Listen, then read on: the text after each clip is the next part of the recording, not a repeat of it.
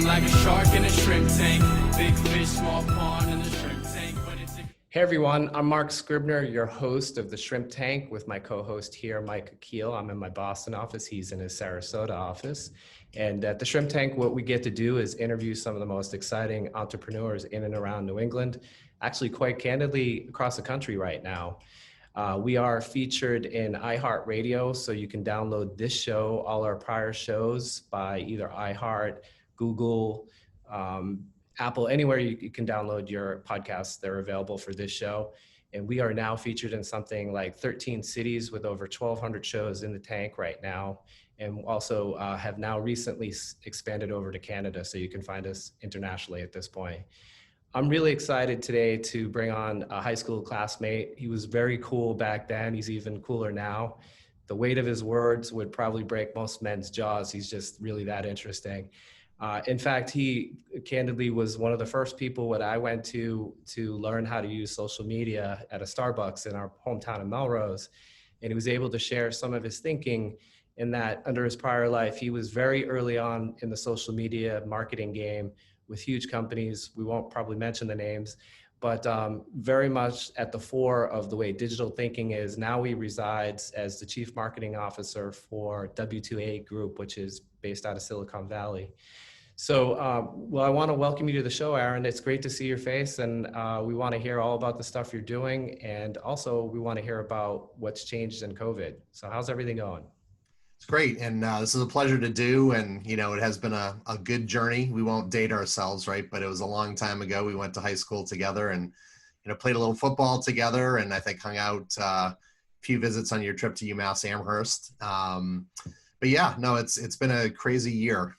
It's actually been good for us at W2O with being a healthcare focused agency. Not that there's any good of it, but it's been, we've been right in the thick of things.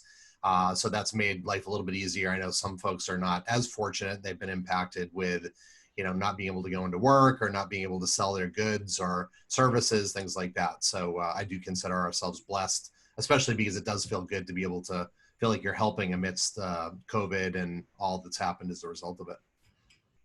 Is that because of, you've seen like obviously a lot of changes in the healthcare space, but obviously telemed's become really, really critical. Is that where you're seeing, kind of where you're positioning right now with organizations trying to get the messaging out for different services that they weren't normally using?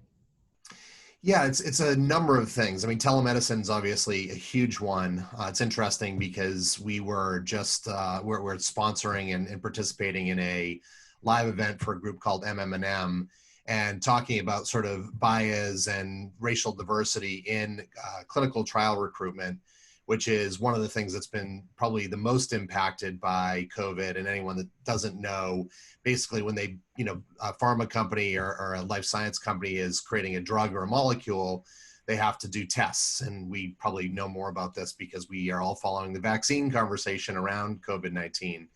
And, what's hard is one, COVID has preempted a lot of these big companies from doing any other kind of research because they have been focused on COVID-19. And then the other is not being able to get people into the centers, or using the right channels because of all the sort of messages that are out there. That's been challenging.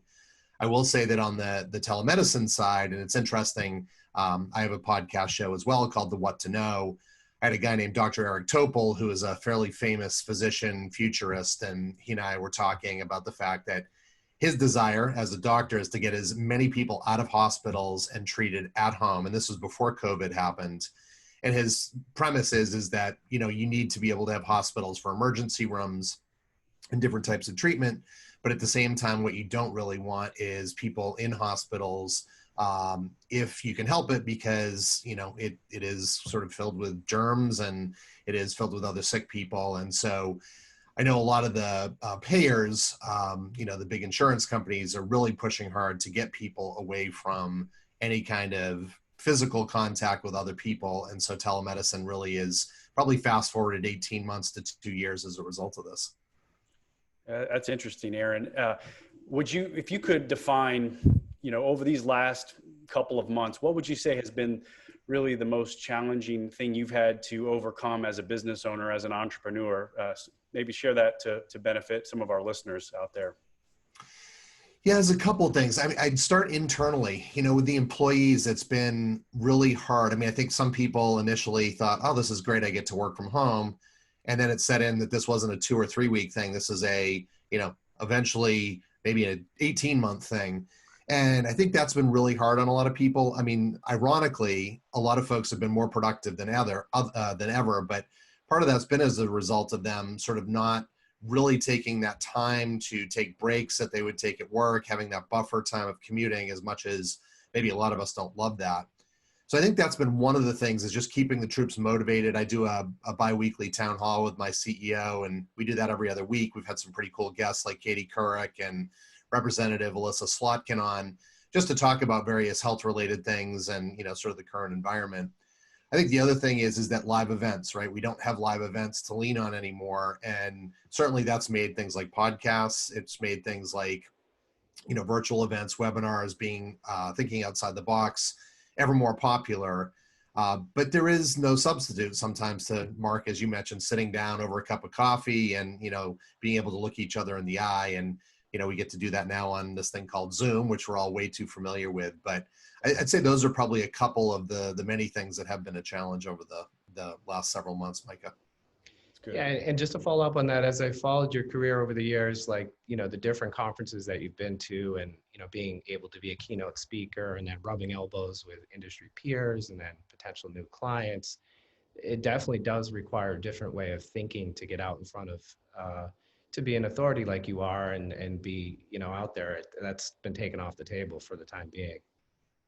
Yeah, and you're far too kind. I mean, let's say this. I did start social media early days, and when I was at Fidelity Investments, I learned the power of networking, right, before social networking or social media actually really even existed. And I am finding that, there are people that are willing to connect that maybe weren't as willing to connect before. So there is the advantage of, because people are locked in their offices or bedrooms or whatever, sometimes people are a little more available. They're a little more available on shorter notice, but it does prevent, getting that sort of deeper connection. When I did my podcasts in person, I really loved the ability to sit down with like a Tyler Florence or Katie Couric, with them and to be able to have that interaction. But I am finding that with Zoom, I am turning on the video, and so we are recording, and you do get to look people in the eye, at least virtually. That does help, but it is definitely a whole different world, and you don't have that advantage of being at an event like a South by Southwest where you can just run into someone and say, hey, would love to chat with you for 5 minutes. You have to be a little more purposeful, I guess, in this new world order. Yeah, those are good points. Now, how do you think this experience, this is going to change your business going forward? Do you see things that will, forever be affected because of what we're going through right now? Yeah, again, back to the employee piece, I think we're looking at a lot more flexibility from work from home. Again, who knows when that's going to end. And as a result, also trying to rethink our office space so that the day we do come back, we will be able to have more productive space. And right now that just isn't, it's not an option. I think it will help us rethink events, so probably even live events will be a lot more virtual or have more virtual components. And as I mentioned, one of the things that we are seeing is we are focusing more on these clinical trial solutions and helping our clients with clinical solutions in general. And how does that work virtually? How does telemedicine play a role? And we've been, dabbling in and really sort of involved in, I should say, in digital health for a while.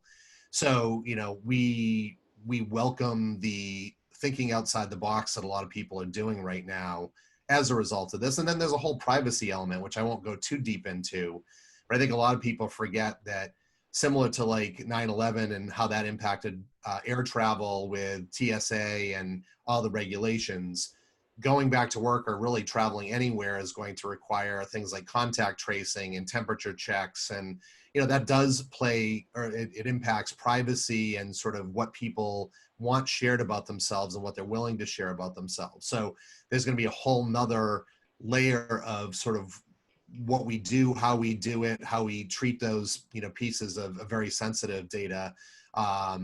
going forward. So, who knows where that will go, but I am fortunate to say that at W2O, we really are taking all that seriously. We have a chief privacy officer, and, he's doing a great job at helping us to look forward and keep us out of harm's way.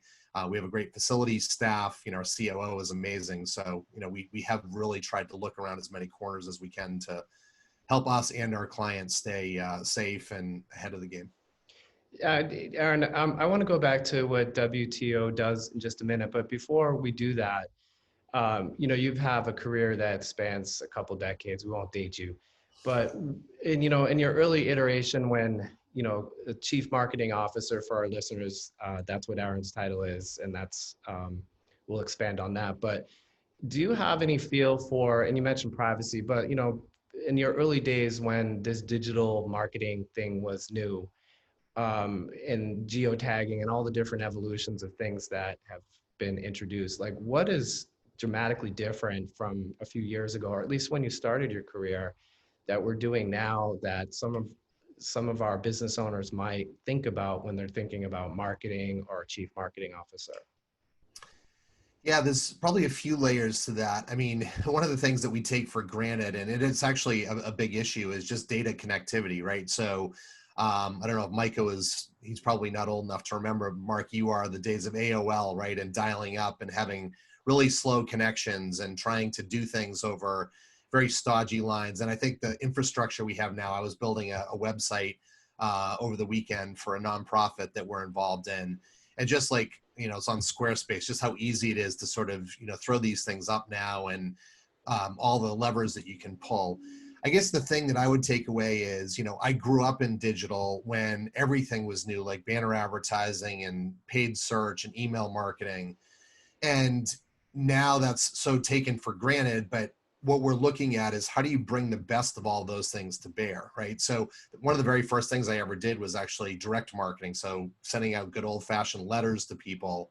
And I think that, with CRM and account-based marketing being such important tools now, the know thy customer and the ability to sort of see with their consent everything that they're doing and how they're interacting with your content, the conversations they have with your salespeople, bringing all these things together and sort of using the power of content creation and social media and all of that. I really try to say, what's the best of the old and the best of the new that we can bring together, and continue to sort of look at how those can work together. And, you always get the question of like, what's next? And, I think we'll see the power of augmented reality and, artificial intelligence continue to sort of play a role.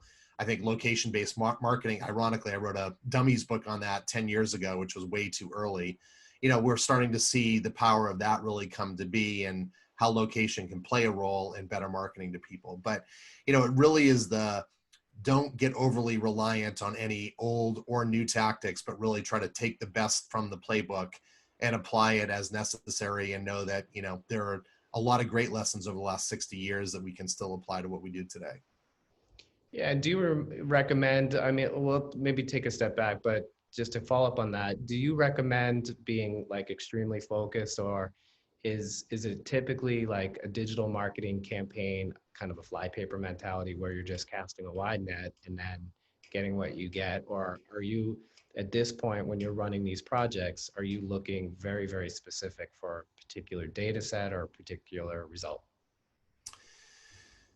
So I guess part of that depends on the size of the company, right? I mean, we're almost 1,500 people. When I started, we were 225 people. So what we can do today versus what we could do then, it was me and one other person part-time, is quite different. And the technology is quite different. And I think, one of the things that I would implore everybody to consider using is paid social media, in particular things like paid LinkedIn, paid Twitter, paid Facebook or Instagram. You can get super targeted with great content that's not that hard to create. I mean, you and I were joking about, both of us, you get paid for some of your photography. I hang it on the walls and love to display it on places like Instagram.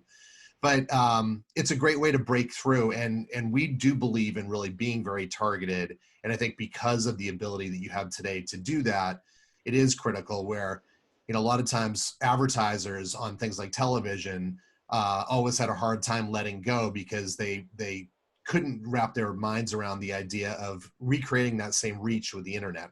I would argue you can probably do that now with the addressable audiences we have.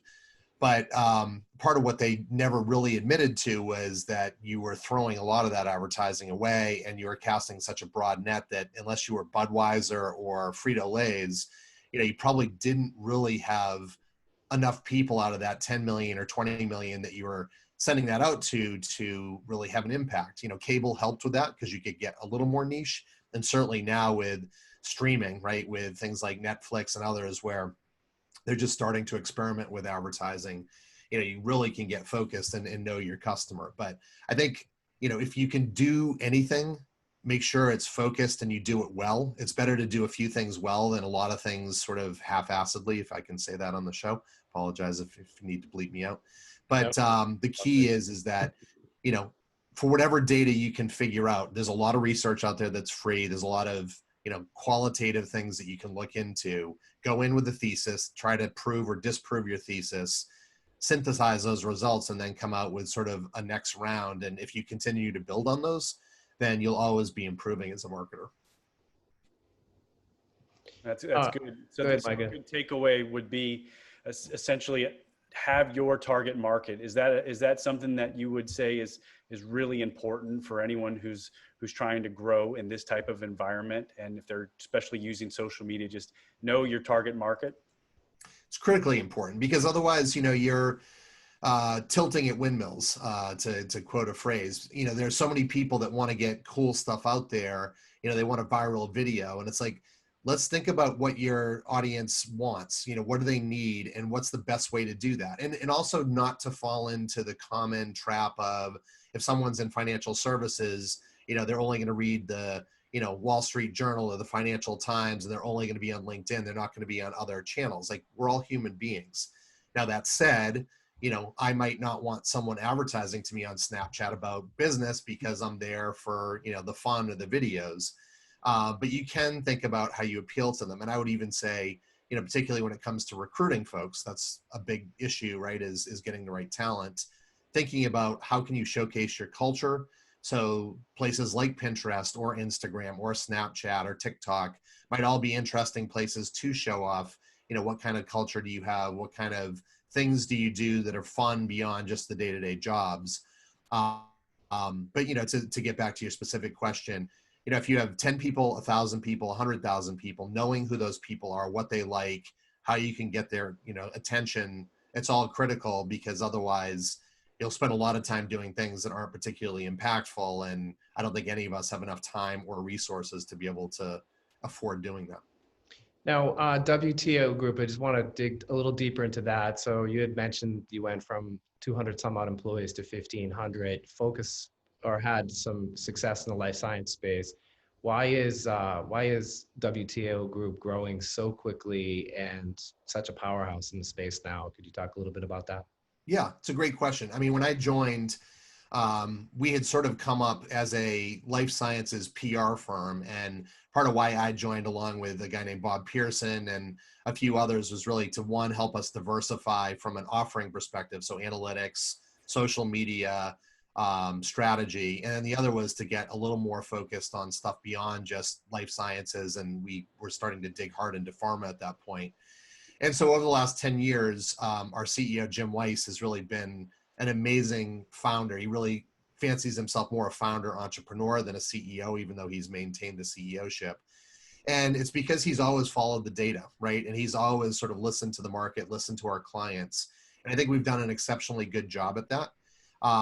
We've done a number of acquisitions. I think during my time, we've probably done somewhere around 12 or 15 acquisitions. We're going to announce our 6th in the last 10 months next week. So, lots of, and I don't know when this will air, but that has helped tremendously to flesh out areas where we haven't necessarily had the chops. And so, we'll have gone from being primarily a PR firm to a marketing communications firm, heavily steeped in digital analytics. And now we have things like medcoms and scientific strategy. Our advertising capabilities are sort of amazing in the healthcare space. And as I mentioned, starting to explore more in the clinical solutions space. So even building out beyond just being a traditional agency, but really sort of a healthcare innovation firm that can help our clients in a variety of ways, from consulting all the way down through execution.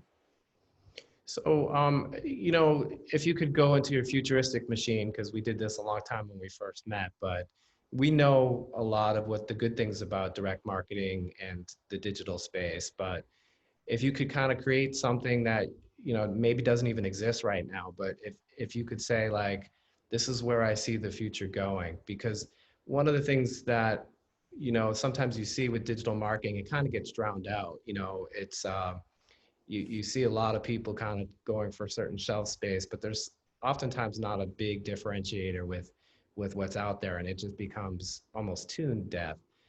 So how do you look at the future in terms of, obviously you've made changes, you continue to pivot, but is there anything in the forefront, like whether it be artificial intelligence or anything like that that you see, data and all that? So I'm curious what you think the future looks like. Yeah, I mean, there's a lot of directions I could go, and certainly artificial intelligence will play a huge role in that. I sort of look at two things I think that people can wrap their heads around, right? So one is taking the ability to, I remember when I worked at Fidelity, there was a guy named Ron Shevlin who worked at Forrester Research at the time, and I think he works for another boutique consultancy right now, but I asked him about email marketing, and I'm like, what's the right cadence? Like, when should you be sending emails, e-newsletters? He's like, whenever it is that they want it. And I was like, that's simple but profound. And it's really that idea of right time marketing. So Mark, you might want an email every day. Micah might want one every week. I might want one every month. So giving people the control over their marketing to sort of have it land at the right time. And I think AI will play a role in that.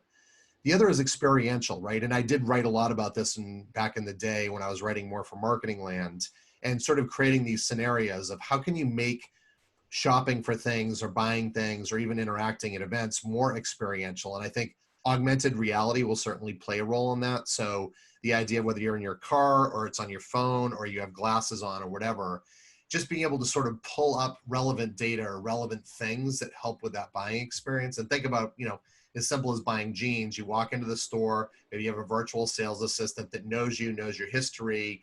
You don't have to wait. They know what your style is. So some may want to be more chatty, some not chatty at all. You walk into the dressing room, you're able to sort of voice control and say, hey, show this to my wife, show this to my family, show this to my husband, whatever.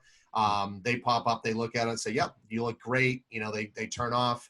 And then you walk out of the store and it just debits your Venmo account or your PayPal account. And then, there's some sort of a virtual review process that can happen after the fact. So it gets gets posted on Google or, wherever else, Amazon. And I think, that we're not that far from that happening. It's really the stitching together. And right now I would argue that it's still a little bit janky. Like, people have tried to do some of those things. It needs to be as simple, back to our internet and connectivity analogy, where we don't ever really think about internet or being connected now like we were with AOL or some of the dial-up services back in the day. Right. So really being able to create amazing experiences for our clients, whether that's in financial services, trading, getting advice, sitting down with your advisor. I think all of those things can be made much easier, and that will help all of us scale. It will create better, deeper customer relationships, and then we'll be able to know more about our customers because they'll want to share. Since why wouldn't you, if sharing that data and how you feel about the experience makes you more effective, or makes the company you're working with more effective over time. So we're really at convert. I mean, we talked about this a long time ago, but the buzzword back in the day was convergence, and now we're really at that with bandwidth and maybe 5G coming out, and Starlink and all these different things, and Internet of Things. But convergence is really happening quite fast now, I think, in terms of a growth rate. Yeah, no, and I think you mentioned 5G. The downside, similar to things like mobile early days and AI and all that, sometimes VR, people start talking about these probably a little earlier than they should. So I think everyone got excited about 5G. I know I use AT&T and they had the little 5G symbol on there, even though they didn't really offer 5G. Right. I know companies are starting to sort of roll that out now, but this idea of sort of pervasive broadband-like connectivity will be a game changer. And that will be one of the things that can facilitate things like virtual reality and augmented reality. And I think the other thing people are forgetting about is there's this thing called voice, voice search or voice command, right? That we started early days with things like Siri and now with Amazon and Google. And a lot of why that's so important is on the healthcare side, it's so that we can do better sort of patient monitoring. You can help scripts filled. You can keep people sort of marching forward on whatever their therapy is, particularly, aging folks, our parents or relatives. But the other piece is just making for some of these experiences to be seamless, and to do so. How many of us have been in our car using something like Apple Talk or Apple or whatever it is? Apple, yeah, I think it's whatever the car. CarPlay, Apple is. CarPlay. Apple CarPlay, thank you. Mhm. It's like you drive through a little bit of a dead zone and Siri has to wait and think for a little while. I'm working. So think about, never having to have that lag or the wait or whatever. And it's going to have profound impacts on what we do. And I think we're almost there, but they're still building the infrastructure and rolling that out. Yeah, it'd be kind of terrible to show your doctor a rash and get pixelated right at the time he's trying to diagnose that rash, and it's a big problem. And Yeah. and you being with Boston, you really don't have a Boston accent, like I don't either, but Siri's never really worked all that great for me. Well, it's funny. I actually have my Siri has an Australian accent, so I may or may not. People tell me I have a Canadian accent, which I tell them is just a confused accent. It's from your time But in it is Maine. funny because Siri does talk to me with an Australian accent. It's a woman, and we have a friend that once in a while wish us cheers, and so I always love the cheers, that Siri says when we listen to the messages. Micah, go ahead. I'm sorry. Go ahead. No, I think that this has been really good. Tell us a little bit about the podcast and how maybe some of our listeners would benefit from listening. What are some of the topics you discuss? Sure. It's been an evolution, and I've actually been podcasting now for, I guess it's been almost 14 years. I think I started in 2016 or 2006. So one of my first interviews was with Michael Arrington, who, became sort of a big deal on the media side with TechCrunch, one of the first well-known blogs out there. Mhm. But I really try to focus on innovation and doing some of the same things you all are doing, is just asking smart people, how they think and how they approach problems. I've pivoted a bit to make it more digital health focused. And certainly as of late, we've talked a lot about COVID. So talking with, well-known folks, is a guy named Dr. Michael Jacobs, who's a knight over in London. He's sort of their equivalent of Dr. Fauci. So, getting his take on COVID and the impacts, talking to experts now about sort of the whole, racial bias and sort of healthcare disparities and everything that's been going on now, and getting smart people's opinions on that. So really it's trying to talk to smart people that have put something into the world and then help create that lens for our clients and our ecosystem to be smarter and feel like maybe it's not always the most practical for them, but it's always uplifting, right? Like we would get from a good podcast, a good magazine article or something along those lines, and trying to keep them, digestible, like you all, somewhere around 20, 30 minutes, trying to make them accessible and, trying to make them available enough. So I do them every Thursday, but not so much that people turn the fire hose off. Yeah, we're almost out of time, but I do have a couple more questions if that's okay. Sure. I was curious, being your East Coast gentleman, but now relocated to the West Coast, how important is it for like a company like W2O to be, closer to Silicon Valley, the technology companies that are really the innovators of the world? I mean, the East Coast has MIT and some other cool institutions and all, but how critical is that as a company, or just in general, to be really close to like that kind of innovation? It's a great question, and it's a very purposeful thing that we did. So I appreciate you sort of nodding to that. So again, I mentioned Jim Weiss. He started the company in San Francisco, and we are in very close proximity to Silicon Valley, and have actually had an office down in Silicon Valley, off and on. And ironically, a lot of our clients are on the East Coast. A lot of them in New Jersey or Philadelphia, Boston. So we do have quite a big presence. Our biggest offices actually are in New York and in New Jersey, but it is really important to have that connection, especially when you have the Googles and the Facebooks and the Twitters of the world sitting out here, the Salesforces of the world, the Adobes of the world, to really be able to tap into that innovation. And, we're critically reliant on science, and a lot of that science also comes from out here, places like Stanford and Berkeley and UCSF. But we do also lean into institutions like MIT. We have a formal relationship with them. We announced a partnership recently. And, we do feel blessed that we can have that bi-coastal connection. We do also have a pretty large and growing office in London, which is starting to really attract some global talent. Just hired a guy named Tom Richards out of Havas Links, who's our co-global chief creative officer. And so, we really want to be where our clients are, but also where the best talent is. And we are finding that, being in close proximity to one of the greatest tech hubs in the world, to your point, is critically important and does really help keep our thinking fresh. And if it's all about following the data, well, there's no better place to be doing that than out here. Mm-hmm. So we're just about out of time. Before I send you off into your next project, I would like to remind all listeners that we're nationally syndicated through iHeart, the #1 podcast in Boston. You can download all prior shows to iHeart, Google, Stitch, Apple, basically anywhere that you get your podcast. Aaron, if for our listeners, what is the best way to get a hold of you or to follow some of your stuff? You did mention the podcast. If you could just do that one more time, and then whether it be LinkedIn or any other way that you'd like people to reach out. Sure. I would say there's three, primary ways. So my email is pretty straightforward. It's astrout, ASTROUT at W2ogroup.com. And it's an O, not a zero, like H2O. You can find me pretty much Aaron Strout, on most networks, places like Instagram, Twitter, etc. And then the podcast is What to Know, and it's what the #2 KNOW. We're also on Stitcher, Spotify, our website, and Apple iTunes. So, folks can download them. I think there are 140, 150 episodes. Some are better than others, but certainly have had a lot of interesting guests on there. Great. Well, on behalf of Micah and myself, I would like to thank you again for coming online, and we look forward to great things. We definitely want to get an update. Maybe post-COVID, we'll have a different vantage point at that point. But thanks again, Aaron. It's great to see your face. Well, thank you. And Micah, nice to meet you. Mark, always a pleasure, and look forward to staying in touch. Thank you. I've been feeling like a shark in a shrimp tank. Big fish, small pond in the shrimp